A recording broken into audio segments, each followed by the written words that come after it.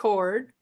Welcome everyone to NATS Roundtable discussion number 1, and we're going to hear from Robyn Driedger-Klassen on student-led learning. Thanks, Robyn. Thank you. Okay, we're going to share somehow. Friends, can I do it? I can do it. There we go. Share. Can you see it? Is it working? Okay. Yes, I would like to make this. It's been a while since I used. Here we go. There we go. I think. Yay! Is it working? You can see it? Yes.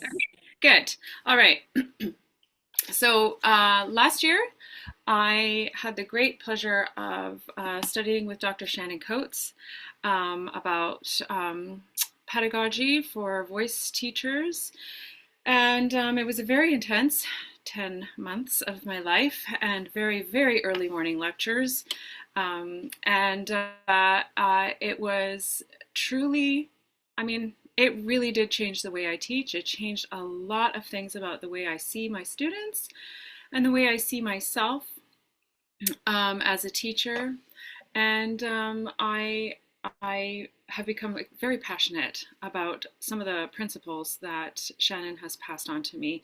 So I'm very, very grateful to her for all of her research and her knowledge.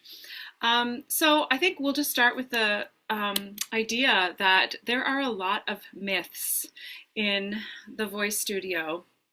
And one of the main myths is that we are there to diagnose problems and to correct vocal faults. That is just an issue that is really hard for us. We think that we're there to fix all the problems. When the problems are fixed, we're hoping that our students will then fit into the system, meaning that they will win competitions, they will get high marks in their juries, they might get a leading role. And when they fit into the system and they do all of these things, then they're successful, and our student success equals our success. So that is actually a pretty big myth out there.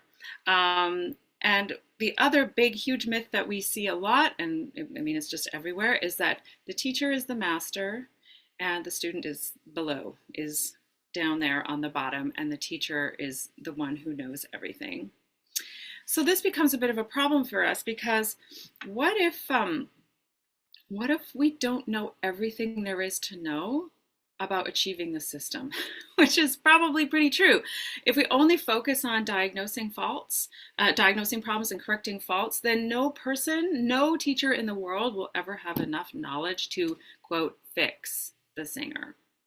So we want skills. We want to grow our skills all the time, but we want skills that are enhanced by knowledge of vocal function, not contingent upon it. So our job is to support learning and help our students learn how to learn. So what is it that we are supporting? We are supporting what our students want to say and how they want to say it. We are supporting helping them to find coordinations that are necessary to do what they want.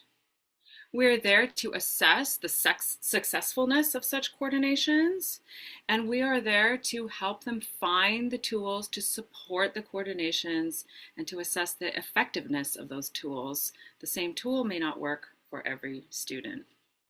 So we are there to say things like, I support you as you figure out what works best for you. We are not master teachers, we are collaborative experts, and we work together with the student to find solutions. So how is it that we are doing this? Number one, we want engaged students. We've all worked with those students who are not engaged. We want them to be engaged. So asking questions like, hey, why are you taking voice lessons? Did you want to take these lessons, or does your mom want you to take these lessons? This is a really important question to ask. The other question that's been really interesting is to ask right off the bat, after 3 months in the studio, what will you be able to do that you can't do now?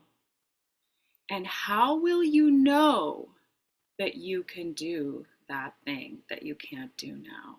And this is just turns the brain on, the student's brain on, and gets them really involved in the process of what it is that they are doing. The next thing we want is to get inquisitive. This is on our part, ourselves being inquisitive. How does what the student says, when they say what they want, how does this translate to me? And always asking myself, when I hear them singing, what do I want to hear more of in this sound? And how will I know when I hear it? This is a great question to ask. And I've found personally that when I'm really tired and it's been a long week and it's student number, 6 of the day, if I can just ask myself, what do I want to hear more of right now? I always have the answer. And that's been really, really, it just works in so many different situations. And it's a great question to also ask the student. And it also in master classes, when everyone's just sitting quietly and looking at their phones, then you can ask the class, hey, what do you want to hear more of in this student sound? And it gets them all engaged. I will say, however, that what do I want to hear more of in the sound comes with a caveat, because it must always be under the idea that it has to be what the student wants. If they come to you wanting to improve their high belt and you give them tools to sing Mozart, then that's not what they want. So it might be what you want, but it has to be what the student wants. You don't have to know everything about singing every single style of music to help someone get started on their chosen path, but you must have the sound that they want in your mind. And then understand what it is that you want to hear and how that coordination feels in your own body. So trusting yourself, trusting your own teaching, your own self, which brings me to the next thing, which is the trust mode. Trust your instincts. I bet they're really good. Check in with what your body does. What is the sound that comes with it? So when I hear a student make a certain sound, how does my body react to that? Is there a tightening? Is there an opening? Is there a releasing? Is there a whatever? All kinds of things. Your body responds very, very clearly. So really leaning into that and trusting it. It's not necessary to understand all the biological and physical mechanics if you're listening to your own body. That's a really helpful one. To exploration mode. This one's tough for a lot of us. Explore rather than explain. So rather than trying to explain what the cricothyroid is doing, most people don't. Some people care, but in my experience, most people don't. So asking questions like, let's try this, or I wonder what would happen if, or, oh, I'm so curious to know what would happen if you tried that vowel a little brighter. Asking always what is over what isn't.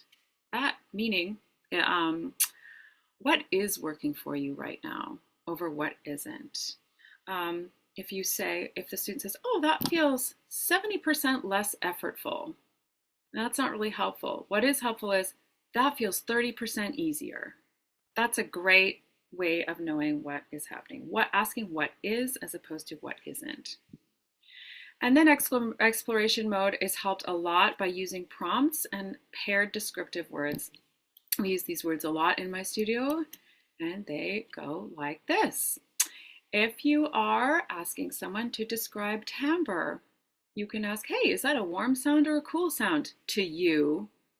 To you, is this a dark sound or a bright sound? Is this twangy or is this lofty? With diction, we can ask, ooh, what if it was crisp diction? Or what if we made it a little mushier? What if it was super authentic Neapolitan dialect? And what if it just wasn't? Breath pressure, is it flowy or is it pressed?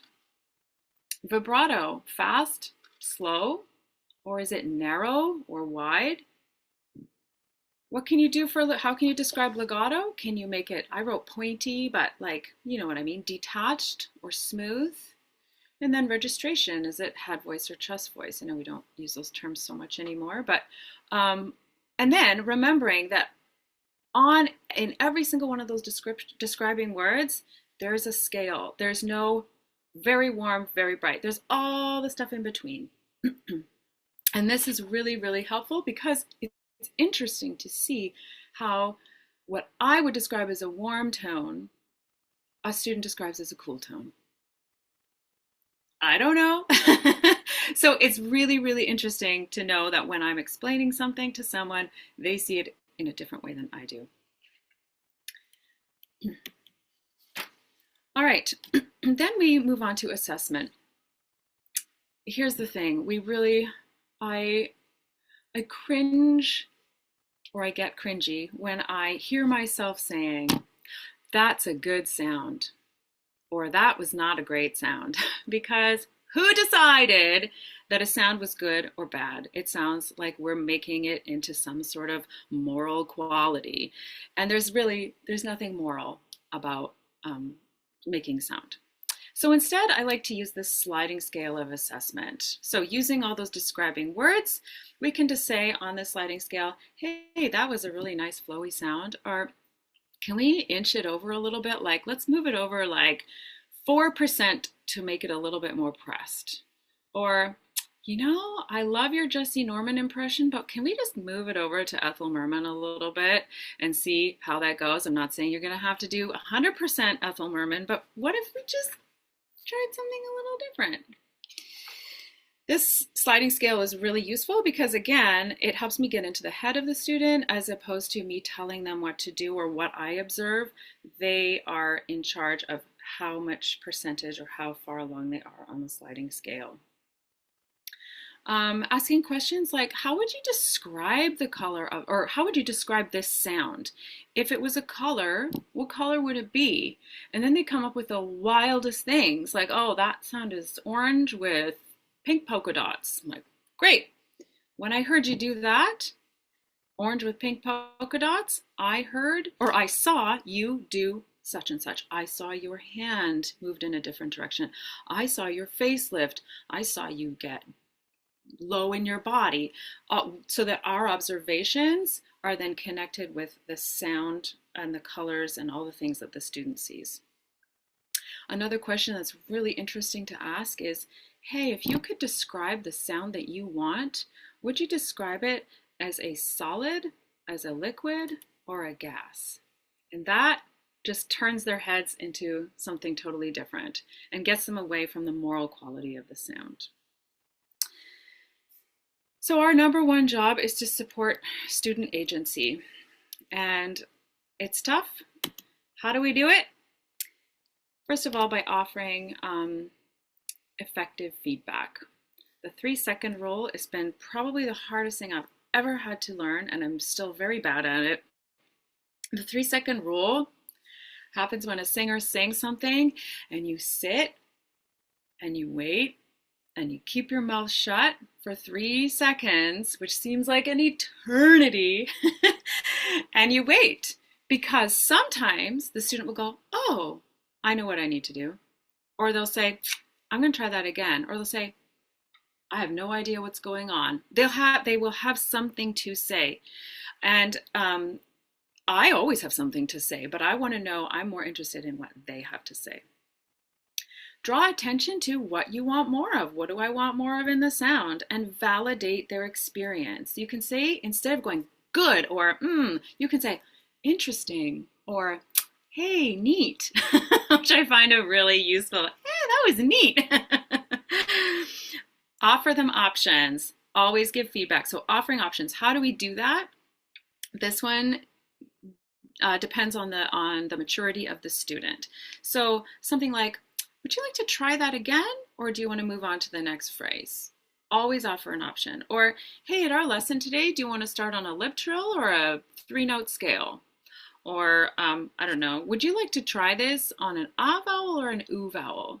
Rather than you just telling them all the time, do it this way, you're always giving them an option. And as the student matures, they start to see how many options and how much more control they can take over their own learning, which means when they go home after the lesson, they can start solving their own issues, they can start figuring things out for themselves and finding their own solutions. So we're finding solutions over fixing problems.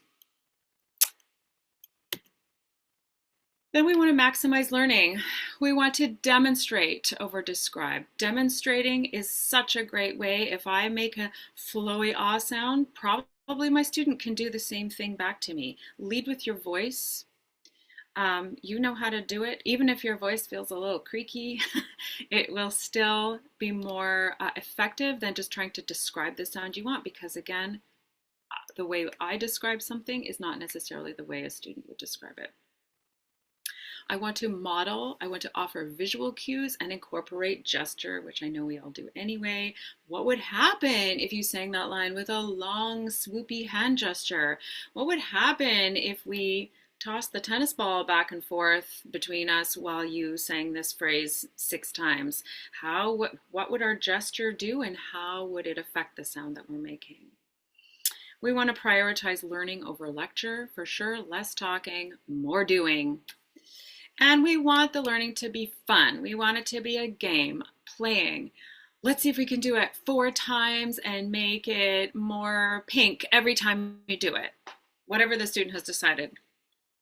And then we want to scaffold. And by this we mean, depending again on the maturity of the student, is to go in steps. So if I start the lesson looking for a nice bright ah vowel, then I want to make sure that I'm kind of continuing with that throughout the lesson. So, hey, that ah vowel was really great. Now let's see if we can do it in a higher register. Now let's see if we can do it in those 8 bars in that song that you're doing. And now let's see if we can find that beautiful, bright, ringing color through your whole voice, whatever. We're always building. Some students can go from base scaffold to the top of the tower in 1 step, and some people need a really slow step. So scaffolding is really useful. How can I build on what we're doing now to do the next thing? Then I want to give effective directives. Positive feedback. Ask for what you want. Same old, same old. Ask for what you want, not for what isn't working. And then support mindful repetitions. We're going to repeat this 10 times. After each repetition, decide how bright that ah vowel was, and then point to the appropriate spot on that 1 to 10 scale and tell me where you think you are. And then after we've done it 10 times, we'll have a talk. We'll discuss it. Was it good? Were you able to achieve what you wanted? Supporting mindful repetitions. Then we want to, this is all just to help us support student agency. So always asking why. Discover the student. Why are they doing this? What is it? Why is it that they want something? Allow the student to lead the transitions, offer options. So we will say, would you like to do this or this? Great, then we go in that direction. And then co-creating success parameters is really important.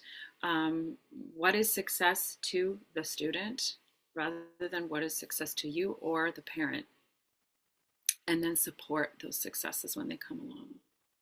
We have to remember that every singer is an expert in their own sensations of singing. They are not experts in a specific style. Our goal as teachers is not to make the student dependent on us. It's rather that the outcome of education should be to create lifelong learners who are self-directed and can do it for themselves and can be creative in their own minds. Every student's at a different stage of self-directed learning. They can be expert in some aspects and then really dependent in others. Learning is really, really messy, and it's never linear, and it requires a lot of flexibility from us. So, how's my time here? What are we at? I got a couple minutes left. 10 minutes. Okay, good. We're gonna go fast. Okay, the 4 stages of learning. We have dependent learners, we have interested learners, we have involved learners, and self-directed learners. All right, so number 1, the dependent learner is where the teacher is the authority. The learner needs really explicit direction about what to do. The teacher is really in charge of the lesson, and they may require that you have a system or a sequence and it's really clearly laid out. Or at least they may need to perceive that you have a system laid out. Here, the teacher might lean in more onto their credentials and what they what they know. They may have, like, they might be able to advertise really specialized skills. The lessons are mapped out. Instruction is very direct, and this is where we will probably do more drills like chord identification or singing intervals. And in a classroom setting, this might be more like informational lectures. How do we get to the next level? We say, oh, let's offer options. We're going to do these, choose one. We're going to demonstrate and model over telling them what to do. We're going to be really, really clear. And we are going to draw attention to what is working in their singing. And that grows a student into the interested learner. Here, the teacher is the motivator. The teacher brings enthusiasm and excitement. We have a highly supportive learning environment on the topic of which the student wants. The learner needs to know why they are doing something. Why are we doing these scales? Well, because if you want to sing that song, we're going to do these. We have to do these exercises. They need immediate feedback, and they respond really well to the feedback. And they love guided exploration. Guided exploration. So the teacher will guide, and the student is more involved in finding solutions. So this might look like restating your goals. Why are we doing this? Oh yeah, because I want to be able to sing this role. We're confirming that we're on the path, that we're on the way, and we're getting there. And we might have guided discussions between us. In a classroom, it's probably guided discussion. The growth to the next level here is to explore over explain, to start implementing that annoying 3-second rule, and to help find the coordinations in the body to achieve the things that the student wants to be able to do. Which brings us to the involved learner. Here, the teacher is the facilitator. The student is developing self-assessment, self-direction, confidence, and they are learning more about how they learn. The learner needs answers to, well, how do I learn? How do I learn? What do I want? And how do I get there? And they are figuring those things out for themselves. This might look like co-created exercises. Let's create something together. Let's look at those goals and create them together as a team. Let's look at our success parameters and decide what success is for you. The student is much more self-directed, and the teacher becomes the co-learner. This is personally my favorite place to be because I am also on the learning side of it, and we're working together. And then we have growth to the next level will be to just give feedback-based directives. Just say, hey, you know what? It's we're getting there, but let's try it this way. And they can be quick, it can be fast, it's moving along quickly. And we're doing really mindful repetitions at this point. And then we have the self-directed learner. This is where the teacher is just the consultant. So the learner needs validation, they need support, they need a place to try things out, they need extra eyes and ears. Sometimes they just need a friend. And so what that might look like is they'll come when they need to. They will be the ones to suggest the next step. They will come into their lessons with everything that they know they need to do, and they see the teacher as the partner. Always nice to see that. Also kind of sad when a student has it all figured out and then you wave goodbye. All right, so as you move forward, try a couple of things. Remembering that learning is really messy and that there's no linear path to enlightenment. Sound is not good or bad or beautiful. So see if you can describe sound rather than giving it a moral quality. See if you can start implementing a 3-second rule. Good luck. If you figure it out, let me know.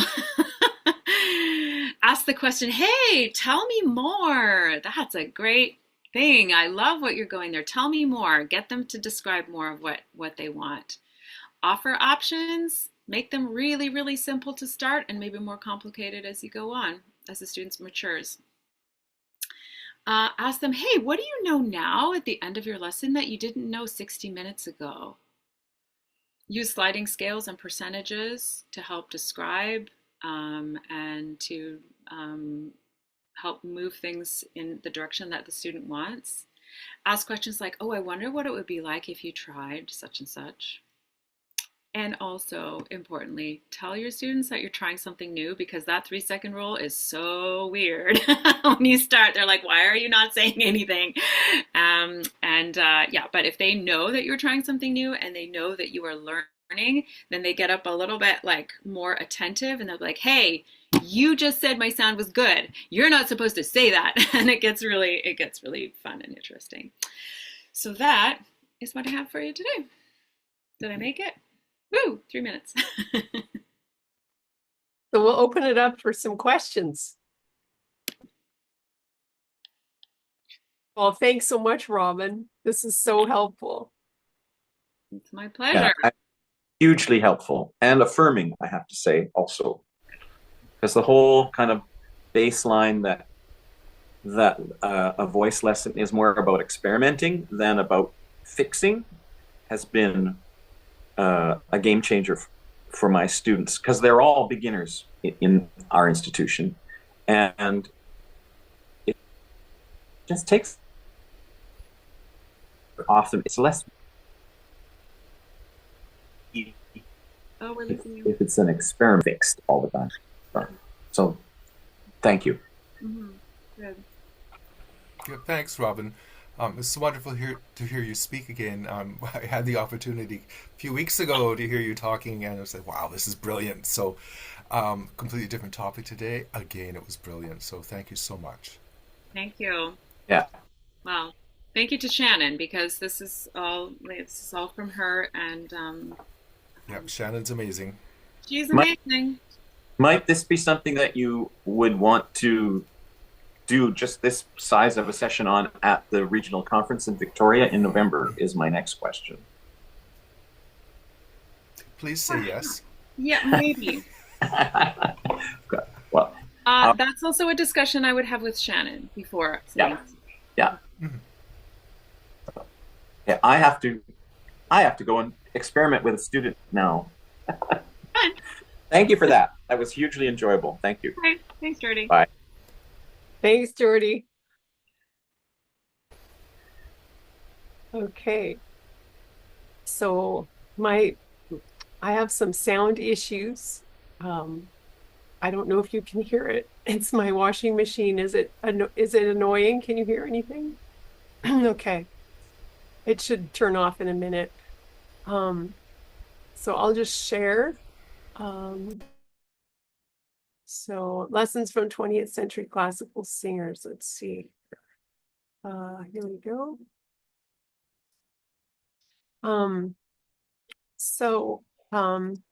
The background to this is that I did a MA in vocal ped through the Voice Studies Center with the University of Wales, Trinity St. David.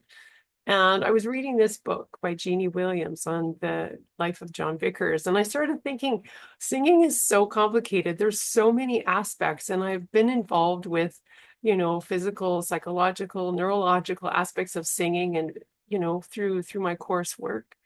And I thought, well, relatively unexplored is the whole idea of the influence of worldview and spirituality on singers' careers and their artistic expression, particularly classical singing.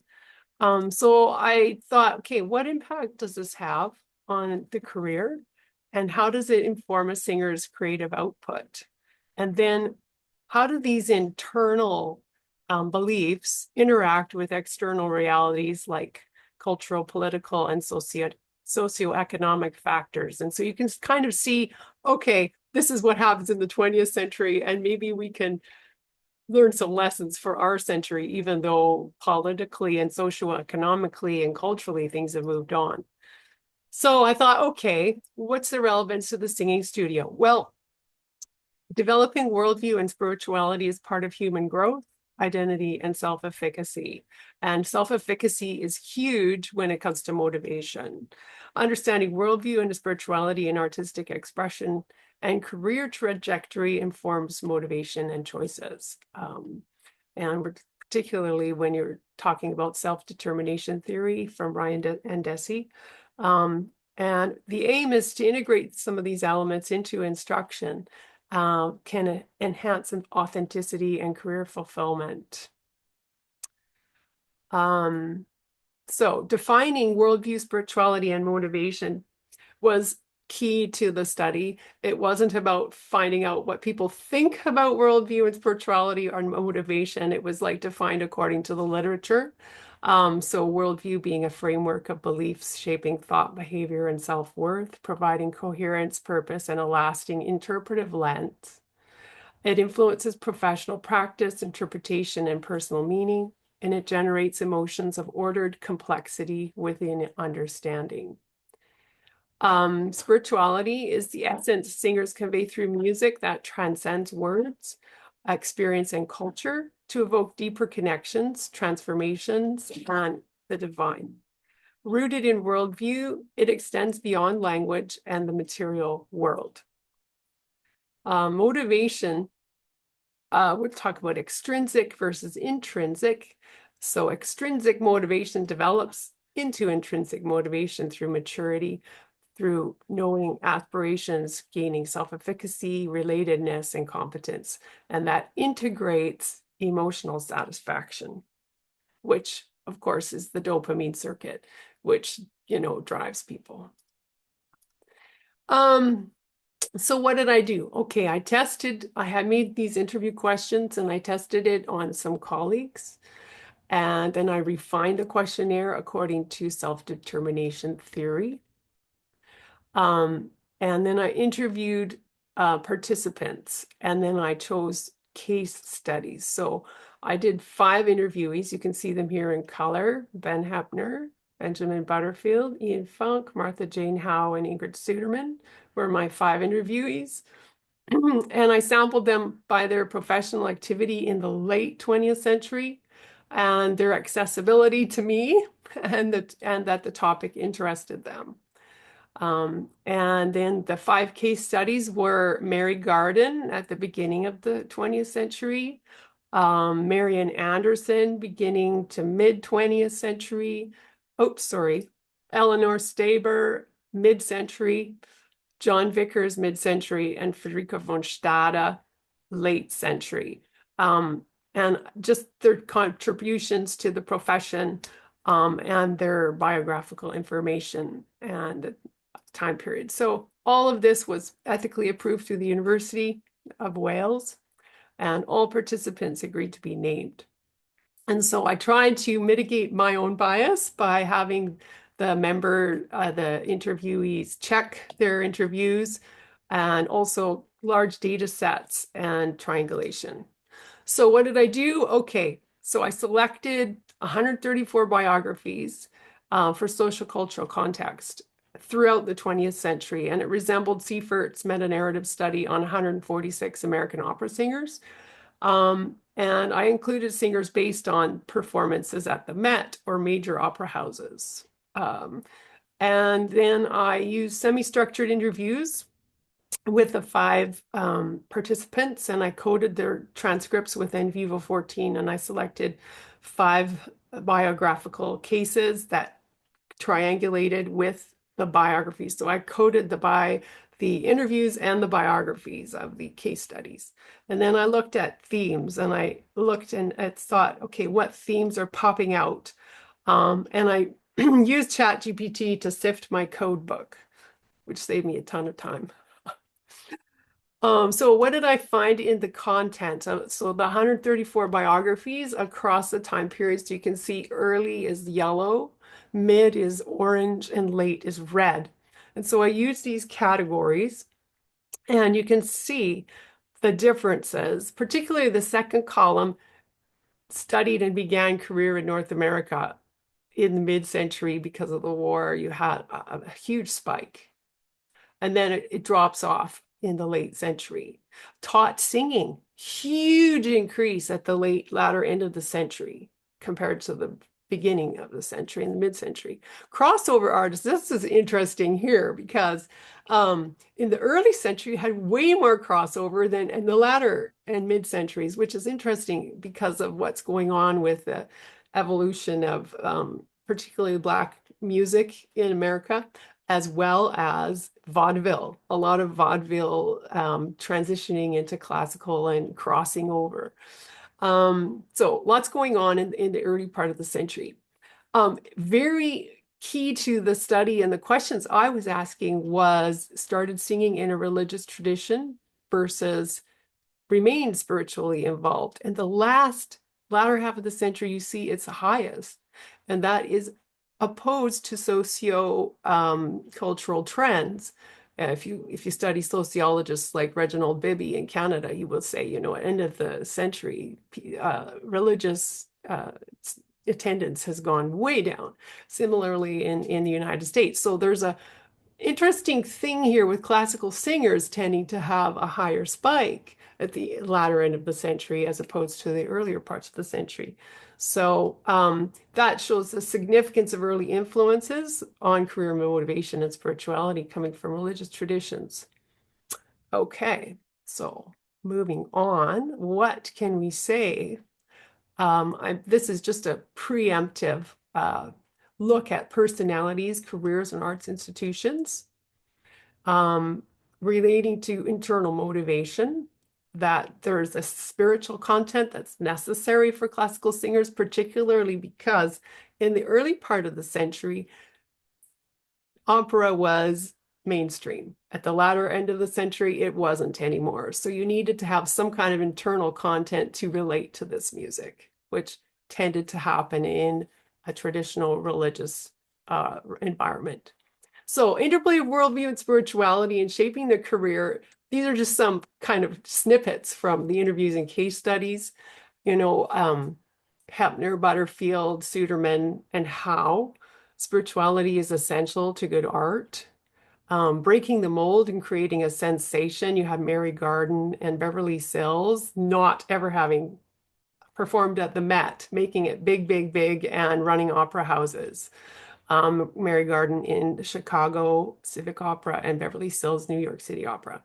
And then, of course, you have just the love of singing, Eleanor Staber, and then singing as a prophetic calling, funk. So you have these interplays of belief and motivational justifications for their career. And then, of course, in career building, you have these collaborations and mentorship. Hepner talked extensively about his opera coaches, Bill and Dixie Neal, as being pivotal to him making it big and getting, into the Met. And then you have Benjamin Butterfield, singing career as a natural outworking of life and relationships. He ended up quitting his undergrad degree in linguistics to follow Selena James to the Banff School for 2 years, and then went to Toronto, got an agent, and started working. And before he knew it, he's in the world and he's being asked to teach, but he doesn't even have an undergrad degree. So afterwards, he goes to McGill and gets a quick certificate in his music training. And now he's, of course, vocal voice head at Victoria. But he never pursued singing. It was fun. And people asked him to sing, so he just did. And then you have other stories. Singing career is supported by your communities and arts institutions. So Canada Arts Grants, Met auditions. And for Ben Hepner, it was a decided pursuit because he had these intervening 3 desert years before he decided to go for it. And then you have institutions like, of course, Canadian Opera Company and the Met that built careers in particularly the early and mid-centuries of 20th century. Rosa Poncell, Edward Johnson, and Eleanor Staber in the mid-century at the Met. And you've got, of course, Maureen Forrester, John Vickers, Teresa Stratus, and Canadian Opera Company, and many others. And this idea that has been supported in the research that elite singers develop a philosophy and a worldview connecting music to other fields, while developing singers focus on the music industry. That for me was, whoa, okay, this is a lot bigger than we're making it in our teaching. And then looking at classical aesthetic tastes and socioeconomic realities in the 20th century. So with aesthetics and social political concern, you have early 20th century, mainstream opera, Tin Pan Alley tunes, Verissimo Vias Bel Canto was the big thing going on. And of course you had, um, you know, Mario Lanza and people coming over from Europe that inspired the growth of opera. And then you have mid-20th century post-war diplomacy. They bombed, of course, um, the uh, the Third Reich and so on. And you had the Vienna Opera House being rebuilt in 1956. George London sang I think he was one of the first American singers back in Europe after the war. And then you had the emancipation of Black singers. Marian Anderson sang at the Met finally under Rudolph Bing. And of course, you had the development of US opera and American opera. So John Adams Nixon in China really resonated with people asking questions about the role of the US on the world stage. You had the late 20th century using the psychological interpretations of the director to change opera into modern settings and all kinds of things, or Regie Opera, which really changed the industry and changed how the public viewed artists, singing artists. I don't think you could have necessarily the sorts of huge stars like some of the mid-century artists, that kind of stature, although close enough, but not quite. And then dealing with technology, keeping up. This is an interesting story about Charles Hackett in 1918. He had a contract for $5,000 a year with 15% royalties, which was really, really good. But of course, the Depression ended that. And the promotion that recordings gave artists, of course, was disrupted with digital technologies. And so new things needed to develop to promote artists. And then, of course, you had titles, surtitles coming through the Canadian Opera Company through Mansouri, which democratized opera and tried to, widen the audience. Because in the mid-century, the audience was kind of more elite and upper crust. And so this idea of a democratizing opera came through in the later half of the century. So from the interviews and case studies, there were 4 themes that came out, which was background in training, artistic identity, and vision and career and spirituality. You can see how they distribute roughly. And then how worldview and spirituality shaped their expression and their motivation. So comparing interviews and case studies, you can see that family and community is huge in their background and training. You have this quote, "Singing was in my DNA." So when they said sing, I sang. And nurturing, from nurturing teachers into pursuing it more intrinsically, and pursuing musical studies. And this idea that talking about singing technique is a big thing amongst elite singers. They talk about it a lot. And so you've got some quotes by Staber and Sutherland. Actually, this one comes from Martha Howe's interview where she was in the chorus and she asked Joan Sutherland, "How do you do that?" I think it was Lucia. And Sutherland says, "Oh, dearie, there are 2 sets of muscles and they push against each other." And so that began a 20-year pursuit by Martha Howe to understand exactly what she meant. And it's quite the story. Artistic identity and vision. So you can see in the case studies, kind of more full-rounded, and in the interviews, it was more of an extrapolation. But the definite perception is singing is a calling, not necessarily a career. And this idea of feeling competent in it and even being in the trenches, not so much the fame, but being in the trenches kind of a singer. And then this idea of being in your artistic sweet spot and identifying with your roles. And then personal beliefs and worldview, this idea of ethics, singing meaningful material, and societal impact, having recordings that still are encouraging people or impacting people, and the idea of philanthropy, doing concerts, benefit concerts, and then even Marian Anderson, she was a U.S. ambassador at one point. And I'm just tip of iceberg. There's so much philanthropy that singers have done. Worldview. So you can see how it sort of came out in the coding through En Vivo. Artists talked about the pursuit of artistic truth, the point of view, personal belief, a musical seed or genesis, a moral struggle with a role, justification for singing, or extending understanding. So in the interviews, some of the participants talked about, some issue with a role where maybe there was swearing or there was drinking or there was something that was an issue.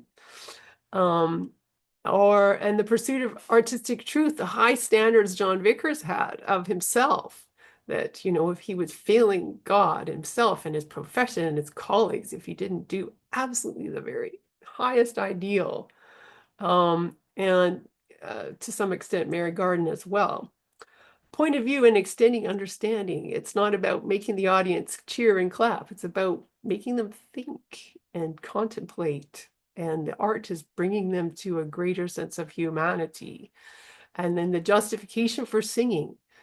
This idea, God made me to sing. When I sing, I feel his pleasure. So Ben Ebner says he took it from Eric Liddell, who from Chariots of Fire. But he says, this is how I felt. And that's what kept me going. So in a career, it was interesting. The women had more to say about career than the men did. I thought that was interesting in the interviews, but that's just an aside. But you can see the motivational aspect of it, that there was pivotal decisions or turning points made. Sometimes there was a lack of motivation, or there was an internal motivation. There was alcohol and parties for some of them. Very social. Career found me. I didn't pursue the career found me.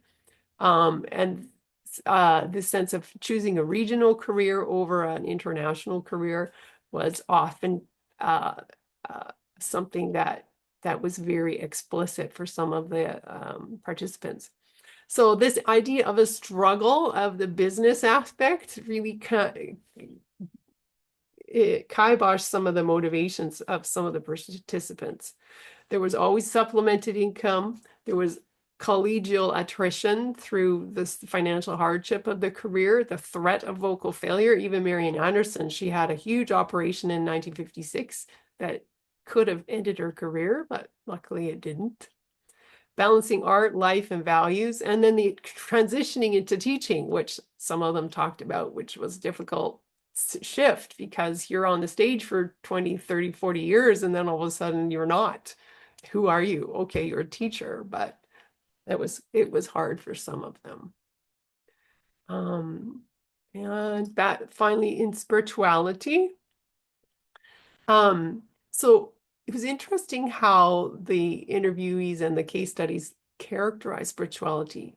This idea of it, spirituality versus religion or doctrine, as if those were separate things rather than integrated. And then this idea of pragmatic spirituality. I have a belief system and it works for me. Self-determination. This is how I'm going to do it. Mary Garden was very self-determined. Spiritual background plays a role, and then spiritual boundaries. I have certain priorities. And even if so-and-so asks me for a La Scala audition, I'm going to say no because I've already made a prior commitment, and that's my boundary. Spiritual eclecticism, spiritual seeking was another theme in characterizing spirituality. And then there was this idea of spiritual and emotional maturity, and this idea of Ben Ebner talking about his desert years when he didn't sing really. He worked as a church musician and didn't have a career as a professional singer and then deciding to move. And then when he did move, it blossomed and he was ready because he was mature. Artistic expression and role identification. That was a huge one. Is it from the inside out or the outside in? Some performers would put on the role. Other performers would develop from the in and bring it out from themselves. So different psychological ways of dealing with role identification. Transformative experiences. Some talked about, okay, I'm trying to make my career go this way, but it's not. I have to surrender to the divine. I have to overcome perfectionism. I have to be able to sing freely and allow the art to flow. So these were things that some of the participants talked about and also what I read about. So this quote, spirituality is essential for good art, although most singers manage this aspect without discussing it due to varying personal beliefs. I think this is really true. And this comes from somebody who's was in the industry for 40 years and talked about the cruel, arbitrary conditions of the opera career and how that led her to the surrender and an incredible insights there. So what is the impact of worldview and spirituality on career motivation in the final analysis, what I found? Well, there are different views of worldview and spirituality. Some would say it's a top-down explicit directive, and others would say, no, it's a bottom-up experiential thing, and that's how I develop my worldview. Is the source of spirituality internal, or is it external from outside of me? It can clarify if we look at spirituality as a non-physical experience that explains the physical, which is a worldview. And the psychological dimensions to worldview are huge because people are emotionally driven to prioritize choices and activities according to what they believe. And singers with religious backgrounds had more explicit guiding worldviews. But all the people, whether their worldview was implicit or explicit, were guided by their beliefs. Spirituality guided expression as well. So effective performance of sacred themes could be done with or without personal belief. But in Benjamin Butterfield's case, he was challenged by one of his friends when he was singing oratorio. The lady he was staying with, who was a good friend, said, "Who are you to sing that to these people? They believe this. Do you?" And he was like, "Whoa." Because he of course, you should sing it no matter if you believe it or not. But he was really challenged by this lady, and then he ended up believing what he sang after that. Because she challenged him. And then role interpretation, complete self-identification or boundary between self and role. So people like John Vickers, for example, completely identified with his role. He became Othello. He took on the neuroses and everything else by magnifying aspects of his own personality and suppressing others in order to bring in the character. And sometimes this made him dangerous and he scared his colleagues. And others, like Hepner, would say, no, he's going to focus on the music. And that will lead him into the character. So the deep psychological work of role identification was something I was really struck by, and how Hepner would not say, he hates comparing himself to Vickers, even though he's considered like the next Heldon tenor in the line. But I think it has to do with this hesitancy to go all in like Vickers did, and Mary Garden for that matter. Mary Garden, when she did Pelléas et Mélisande, she said, I didn't play Mélisande, I became Mélisande. That was her thing. So just the differences there. And I think it might have to do with aesthetic tastes at the end of this 20th century and director-led interpretation of opera rather than the opera singer interpretation of the role. You kind of got to do what the director wants. I don't know. That's up for debate. So, how do we put this into practice? Well, we know that spirituality are powerful motivators. They're often identified and information.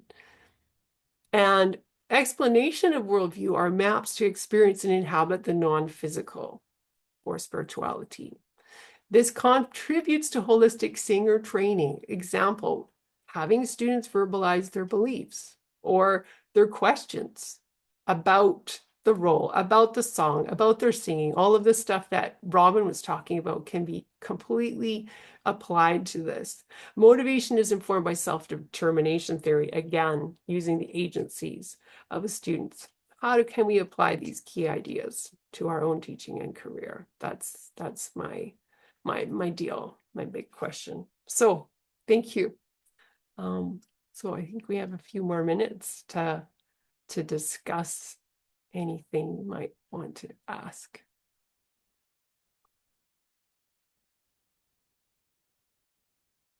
I think I'm done. There's just a few references, so I'll stop sharing.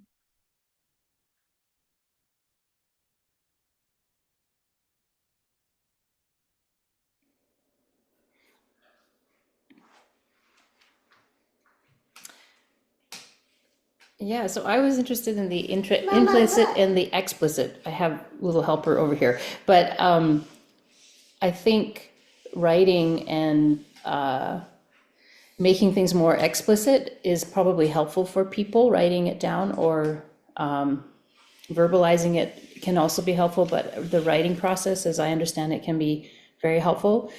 So in the questionnaire, that in itself can be a helpful thing, I think, for people, perhaps in like practice, the simple, but I haven't seen any studies per se that say, for artistic goals or anything like that, that this is the best way to proceed. But I have seen some studies about writing in the sense of directed writing in figuring out what is bothersome about the past or interesting about the future can both be helpful for people. So like that idea of where they explicitly try to talk about what their goals are can be helpful for folks. There is a guy who's done, and a woman who's done a fleet of writing on, I think it's called like future self authoring kind of thing. Okay. Yeah. Okay, I've heard about that. Yeah, the one fellow also is a guy from Texas University, and he talks about how language is a very interesting tool to make analysis about how we perceive things. But what's his name is, I forgot off the top of my head. I can figure it out in a minute. But it is about how one can write about one's past to help motivate you to clarify your future goals, or you can also, basically they found that it helped with health outcomes as well as just general happiness and feeling like you were moving towards your goals, to deal with past issues, or to write about future goals. And you can just focus on writing on the future goals, and that also will help people move towards those as they basically, because if you can't talk about it or write about it, the theory is that it's not brought up to the executive functioning part of the brain sufficiently, and that's the mechanism that's being used in particular through writing, but verbalizing it as well is helpful.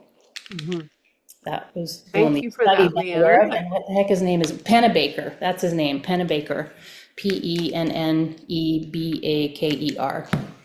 But there's a woman who did a study, I think her name is Laura Black or something, that did a study on future goal writing, authoring. But so. Oh, wow. Thank you. Have you tried this with students? I have been trying it, yes, but as I said, I don't have any other than these general articles that are for artistic work. I think it seems to be helpful. Mhm. But it is like the student progression, right? I thought it's sort of it's a great question to ask. Like Robyn was asking, what would you like in 3 months? I would never have thought of that time frame for people except for like college level students who say, well, what would you like in 3 months and what would you like in 6 months when you're done your term? But at the same time, because you should be able to see, one would hope, some kind of self with some self-reflection, some development towards the goals that you'd like. So yes, I have asked when I was like doing the little Douglas stuff, I would ask the students to try to write down their aims for the year and then what their aims for their out, maybe 2 years out or whatever. Oh, look, Mama, still some glitter And so glue. nobody objected. Everybody seemed to like the idea to do it, but on its efficacy, on how useful was it for them on the long term, I don't know because I didn't do it as a study, right? Mama, glitter glue on. But younger ones, my other than craft. asking them, what songs would you like to learn or what things, it's harder with children Mama, or look with what I adolescents did. because their development is so much Yeah. slower and diffuse, right? There's not like a Yeah, this seems to be more of an adult activity, like Yes. or young adult activity. Yeah, I think particularly in this time of rapid change. I mean, every week the dial goes another few inches. I think it's harder for people to navigate. People are responding; they're not navigating. anyway. So I don't mean to go on a tangent too much. It just was that you're talking about. It's actually interested me for a long time too, mostly because of other failed journaling attempts and things like that. And I thought I just ended up feeling like this is just a big waste of time, or I end up kind of dwelling in my own less helpful thoughts. And so it was like, well, but I want to move forward. So how do I do that? Yeah, yeah. Thank you, Leanne. That's very helpful. All right. Yeah, We're I think her name is something like Laura Black or something, the other woman on the future authoring, but I can send it to you later or send it out later if you're okay. interested to, yeah. Thank you. All right, everyone. Thank you. Does anyone else have any questions? We're a little bit over. I don't want to keep you all. Thanks, Robyn, for your discussion earlier Thank too. you That's so interesting. much, Robyn. Yeah, And thank you, Angelina. That was really interesting. You're welcome. Thank you. yeah. I do have an idea for the next roundtable in the fall. Oh, Has anybody yeah, I'm going to put the voice day. He had a 1 hour thing at the Voice Study Center. And I have the video link and I'm going to put it in the chat for you guys because I think it was really cool. Anyway, that's what I keep kind of thinking about for the next. How do I get out of here? How come it's not letting me? Okay. I'll just put that video link for you guys in the chat if you're interested. And it's just Ian talking about his book and answering questions and stuff. Okay. All right.